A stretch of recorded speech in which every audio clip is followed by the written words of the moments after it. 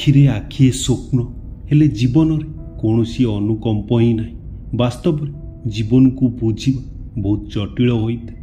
ଜୀବନ ତ ଏବେ ଏକ ମଲାଟ ନଥିବା ବହି ପରି ହୋଇଗଲାଣି ବନ୍ଧୁ, ଯେଉଁଥିରେ କି କେଉଁ ପ୍ରକାର ବିଷୟବସ୍ତୁ ଅଛି ସାମ୍ନାରୁ ଦେଖି ବହି ନ ଖୋଲିଲେ କିଛି ଜାଣି ହେବ ନାହିଁ।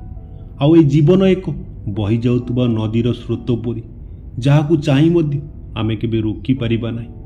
ମନକୁ ମନ ବୁଝାଇ ଦେବା ହିଁ ବହୁତ ଭଲ ଅଟେ, କାରଣ ସୁଖର ସହର ନିଜକୁ ତୋଳିବାକୁ ପଡ଼େ।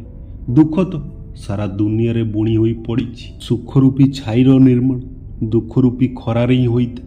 ନିଜକୁ ହିଁ ବୋହିବାକୁ ହେବ ନିଜ ଦୁଃଖର ବୋଝ, କାହିଁକି ଶେଷ ନିଶ୍ୱାସ ଥିବା ଯାଏ କେହି ସାଥ ଦେବେ ନାହିଁ।